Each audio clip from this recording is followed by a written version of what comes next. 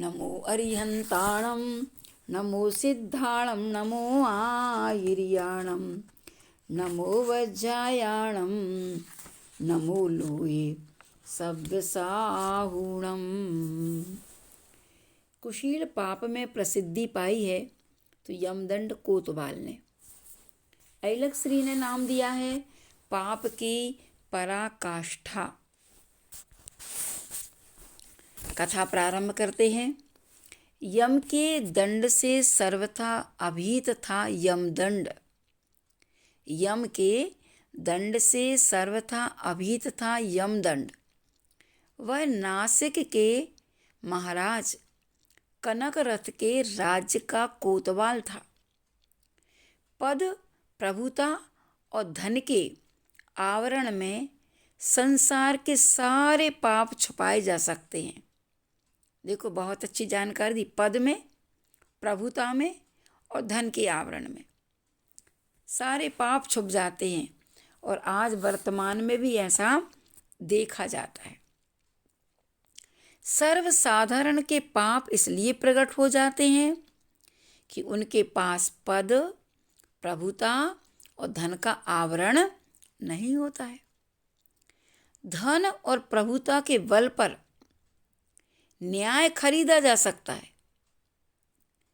पद का दुरुपयोग करके अपने दुष्कृत्यों को लोग आसानी से ढक लेते हैं। जिसके पास प्रभुता आ जाती है वह कुछ भी करे सब क्षम्य होता है।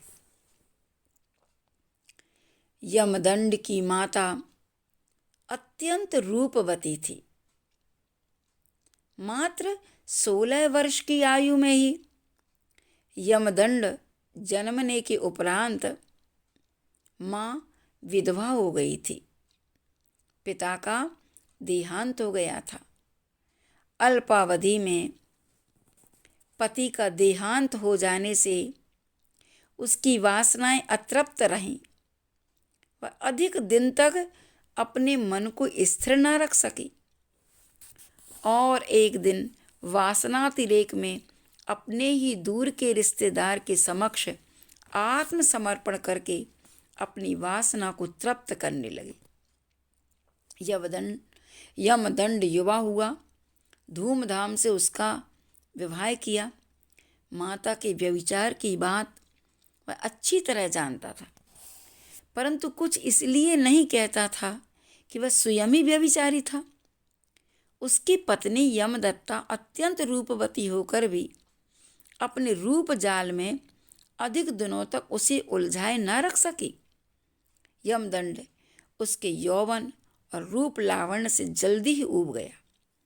वह परस्त्री सेवन में कैशोर्य से ही निष्णात था। उधर पति परायण यमदत्ता एकाकी अपने कक्ष में छटपटाती रहती और यमदंड पूरी रात अपनी प्रेमिकाओं के साथ रंगरेलियां मनाते हुए बिता देता था। उसका मन किसी नई चिड़िया को फंसाने में लगा था। माँ, मेरा यह वेड्यूर हार बेशकीमती है, कहीं खो ना जाए, इसलिए आप इसे सुरक्षित अपने पास रखें।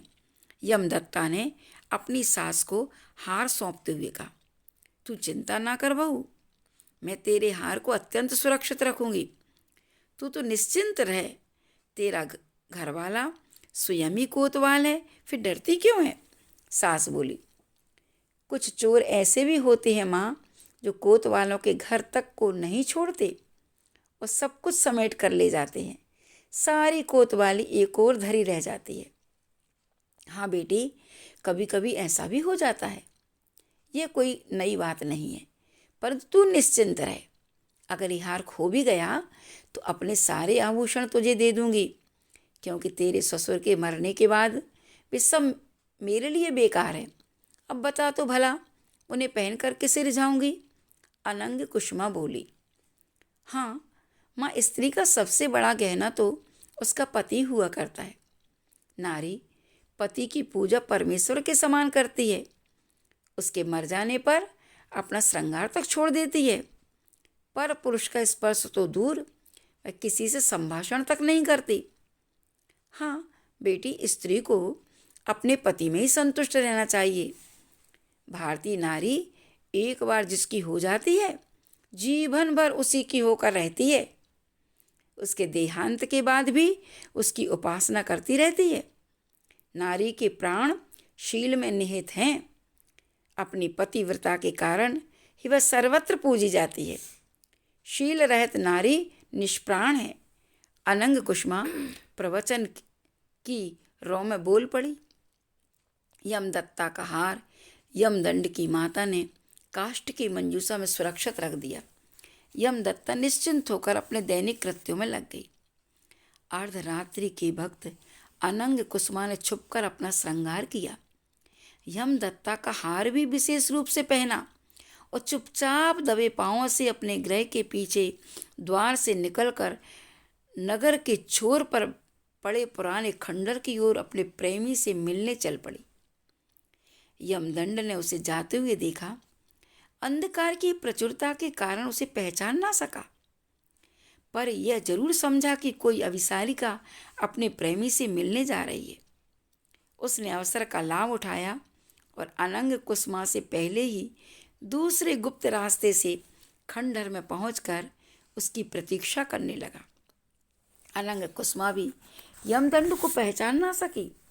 वासना माँ बेटे भाई को पहचानने ही कहाँ देती है। उसने सोचा कि यह मेरा वही प्रेमी है जिसके साथ आज वासना का आनंद लेना है।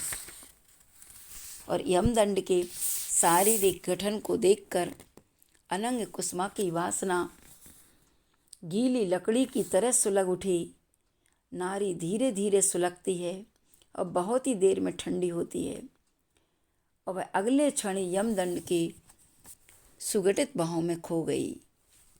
शेष रात्रि तक यमदंड ने अपनी माता को जी भर कर विभिन्न आयामों से भोगा। अनंग कुसुमा को भी आज रोज की तरह अधिक तृप्ति हुई और उसने अपने इस नए प्रेमी से विदा लेते समय यमदत्ता का वैडूर्य हार उपहार स्वरूप दे दिया। दूसरे दिन दोपहर के समय यमदंड ने अपनी पत्नी यमदत्ता को वही हार देते हुए कहा, देख मैं तुझे कितना सुंदर हार लाया हूँ। कितनी अद्वितीय कांति है इस हार की। दिखाइए तो मैं देखूं कितना महंगा है हार। यमदत्ता खुशी के मारे झूमती बोली, तुम्हारे लावण्य और मधुर चितवन के समक्ष इस हार का मूल्य क्या है प्रियतमे। यह कहते हुए यमदत्त ने उसे वह हार पहना दिया। हार देखकर यमदत्ता की सारी खुशी तिरोहित हो गई। उसे लगा कि जैसे किसी हार नहीं विषाक्त काला सर्प उसके गले में डाल दिया हो। वह क्रोध से कांप उठी। यमदंड सोचता था कि यमदत्ता को वह हार देकर अपना व्यभिचार छुपा लेगा, परंतु हुआ उल्टा कि उसकी रक्ताभ आंखें देखकर वह बोली, क्यों, क्या हुआ, हार पसंद नहीं आया? आप पहले बताइए, ये हार आपके पास आया कहाँ से? मैंने तो यह हार अपनी माँ को रखने दिया था। क्या? यमदंड बुरी तरह चौंका। हाँ, यह हार मेरा है। आप तक कैसे पहुँचा? उन्होंने यह हार मुझे रखने के लिए दिया था और मैंने तुम्हें बुद्धू बनाने के लिए स्वांग रचा था। यमदंड ने झूठ बोलते हुए ठायका लगाया। ऐसा? मैं तो ये समझी थी कि तुमने चुरा लिया है। यमदत्ता ने व्यंग्य मिश्रित स्वर में कहा, मैं कोतवाल होकर चोरी करूंगा? आजकल किसी का भरोसा भी क्या, कौन कब क्या कर बैठे यह पहले से तय नहीं है। यमदत्ता ने नहले पर दहला मारा। बात आई गई। यमदत्ता अपने पति एवं सास के व्यभिचार को अच्छी तरह जानती थी। उसका मन दोनों के प्रति संदेह से भर उठा।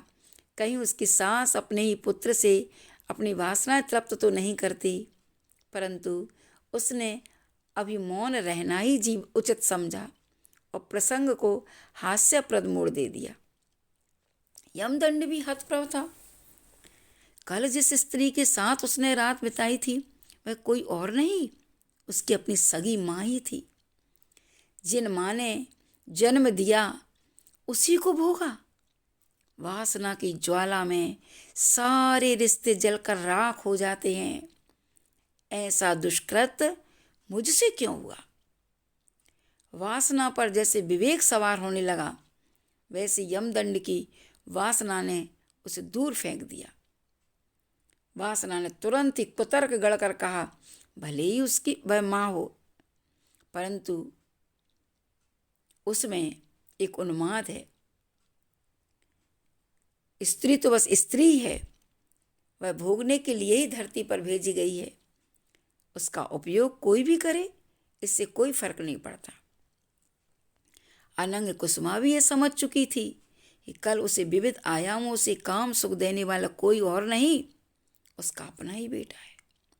दुराचारणी को आत्मग्लानि होने की अपेक्षा प्रसन्नता ही हुई। काम कला में उसका बेटा अत्यधिक निष्णात है। उसके साथ रमण करने पर वासना चरमोत्कर्ष तक पहुंच जाती है। उसकी देह का स्पर्श मात्र से वह मदहोश हो जाती है और फिर उपवन में लगाए गए वृक्षों के फलों पर सबसे पहला अधिकार बीज बोने वाले बागवान का ही तो बनता है। मैंने बीज अपने गर्भ में धारण किया था, उसे पुष्पित पल्लवित किया, उसके भोग का मुझे पूरा का पूरा अधिकार है। अपने मन में ही समाधान खोजने लगी। अनंग कुसुमा बाजारू औरत की तरह निर्लज्ज होकर अत्यंत रतिपूर्वक गूढ़ रीति से यमदंड के साथ काम सेवन करने लगी।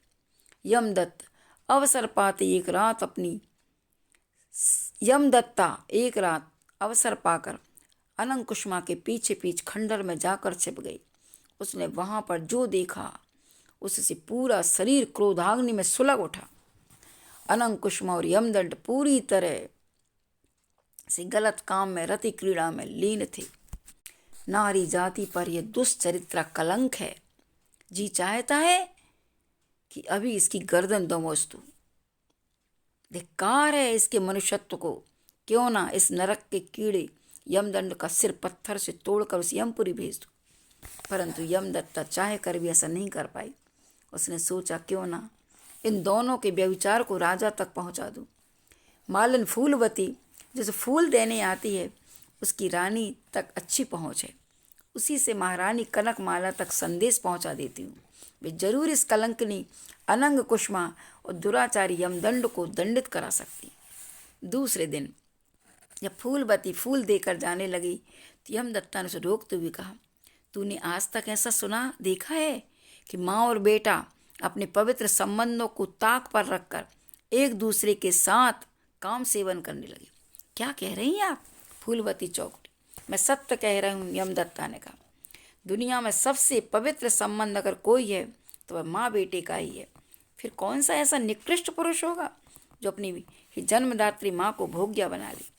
कौन सी उल्टा माता होगी जो अपने ही कौख से जाए हुए अपने भोक्ता पुरुष को स्वीकार कर ले? फूलवती वितृष्णा के स्वर में बोली। होगा नहीं है, यमदत्ता बोली। कौन है, कहाँ पर है ऐसा पापी बेटा और कुलच्छनी माता? मुझे बताइए, मैं रानी से कहकर उसे अवश्य दंडित कराऊंगी। फूलवती ने क्रोधित होकर बोला। कहीं दूर नहीं, यहीं पर इसी नगर में है फूलवती। मेरा पति यमदंड नगरांत में पड़े खंडर में रोज अपनी माता अनंग कुसुमा के साथ रति क्रीड़ा करता है। यमदत्ता ने रहस्य का अनावरण करते हुए, क्या? फूलवती चौंकती बोली। हाँ, मेरा कथन अक्षरशः सत्य है। मैंने स्वयं अपनी आंखों से दुष्कृत्य होते देखा है। ठीक है, मैं उस दुराचारी कोतवाल को निश्चिंत ही शिक्षों के भीतर कराऊंगी। उसने तो सारी मान मर्यादा मिट्टी में मिला दी। सांझ के वक्त फूलवती महारानी कनकमाला के वेणी गूंथते हुए बोली, महारानी जी, आपका कोतवाल यमदंड हर रात अपनी माता के साथ नगर के बाहर बने खंडर में रति क्रीड़ा करता है। क्या कह रही है तू? कनकमाला को सहसा विश्वास नहीं हुआ। मैं सत्य कह रही हूँ रानी जी, स्वयं कोतवाल की पत्नी यमदत्ता ने अपनी आंखों से पापाचार देखा है और स्वयं उसी ने मुझे बात बताई है। उस बेचारी पर उस समय कैसी बीती होगी। स्त्री सब कुछ देख सकती है परंतु अपने पति को पर स्त्री के साथ नहीं देख सकती। जितनी समीपता वह पति के प्रति रहती है उसकी उतना ही समर्पण पति से अपने प्रति चाहती है। यमदंड और उसकी माता ने तो व्यभिचार की सारी सीमाएं तोड़ दी। कलमुही अपने बेटे पर ही मरी। महारानी जी, यमदंड ने अपनी माता के साथ दुष्कृत करके नारी जाति का घोर अपमान किया है। उसे दंडित अवश्य करना चाहिए। अभी वक्त है, यमदंड को गुप्तचरों द्वारा रंगे हाथों पकड़वाया जा सकता है। फूलवती ने रानी को उकसाया। ठीक है, दुरात्मा अगर साक्षात व्यभिचार करते हुए पकड़ा जाए तो अपराध बिना किसी तर्क का या दलील के सिद्ध हो जाएगा। मैं अभी राजा जी को सूचित करती हूँ। और महारानी कनकमाला ने अपने पति कनकरथ को यमदंड और अनंग कुसुमा के दुष्कृत्य की जानकारी दी। महाराज इस पर खेद प्रकट करते हुए कहा, इस दुष्कृत्य की जितनी भर्त्सना की जाए कम है। मैं अभी गुप्तचरों को भेजकर उन दुरात्माओं को बंदी बनवाता हूँ। बाहरी दुनिया के कृत्यों से बेखबर यमदंड और अनंग कुसुमा सदा की तरह अपने कुकृत्यों में लिप्त हो गए। वे सतर्क हो इससे पहले ही गुप्तचर दबे पांव से खंडहर में प्रविष्ट हो गए और दोनों को रति क्रीड़ा करते हुए बंदी बना लिया। महाराज कनकरथ ने दूसरे दिन खचाखच भरे राज दरबार में उनकी तीव्र आलोचना करते हुए कड़े शब्दों में बोले, तुम दोनों मनुष्यत्व के नाम पर कलंक हो। कोतवाल जैसे प्रजा रक्षक के जिम्मेदार पद पर रहकर भी तुमने पता नहीं कितनी अबलाओं का सतीत्व नष्ट किया होगा। तुम्हारी माता भी कैसी दुराचारणी स्त्री है जो अपने पुत्र के साथ ही पाप में प्रवृत्त हो गई। वासना के आवेग में तुम दोनों ने पवित्र रिश्तों को भी तिलांजलि दे दी है। प्रशासनिक अधिकारी होने से तुम्हारा अपराध और भी गुरुतर हो जाता है, क्योंकि अगर प्रशासक ही भ्रष्ट होगा तो प्रजा से सदाचार की आशा कैसे की जा सकती है। महादंड नायक जी, मानवता के कलंक इस यमदंड को गधे पर सवार कराकर काला मुंह किया जाए और नगर की समस्त वीथिकाओं में घुमाते हुए नगर की सीमा के बाहर छोड़ दिया जाए। और यही व्यवहार इसकी माता के साथ भी किया जाए। कहते हैं पाप का फल सबने अपनी आंखों से देखा। ये वासनाएं सुख नहीं देती, दुख ही देती है। पंचेंद्री का कोई भी विषय हो वो कभी सुख नहीं दे सकता। लगता है तत्काल में सुख जैसा, लेकिन सुख नहीं, सुखाभास है वो। वास्तविक सुख नहीं है इंद्रियों का सुख। वास्तविक सुख तो आत्मिक सुख ही है। और लोग पांचों इंद्रियों के वशीभूत होकर के और वासना के वशीभूत होकर के कितने पाप कर डालता है। और आज वर्तमान में इन चलचित्रों के द्वारा, मोबाइल के द्वारा व्यक्ति का मन और आंखें इतनी खराब हो चुकी हैं, इतनी वासनामय हो चुकी हैं कि कोई किसी को नहीं देखता है। दोनों को राजा ने दंड दिया और कहा कि अब से इस तरह के पतित लोग मेरे नगर में रहने के अधिकारी नहीं हैं। इन दोनों को देश निकाला दिया जाता है। ऐसा ही होगा महाराज। महादंड नायक ने कनकरथ को प्रणाम करते हुए कहा और दोनों को दंडित करके सारे नगर के वीथिकाओं में घुमाया। सारे नगर के लोगों ने साक्षात कुशील पाप में यमदंड कोतवाल को देखा और उसकी माँ अनंग कुसुमा को देखा और उस पाप से घृणा की कि कभी भी अपने जीवन में ऐसा पाप नहीं होना चाहिए। इस कथा को यहीं पर विराम देते हैं। ये कुशील पाप की कथा है।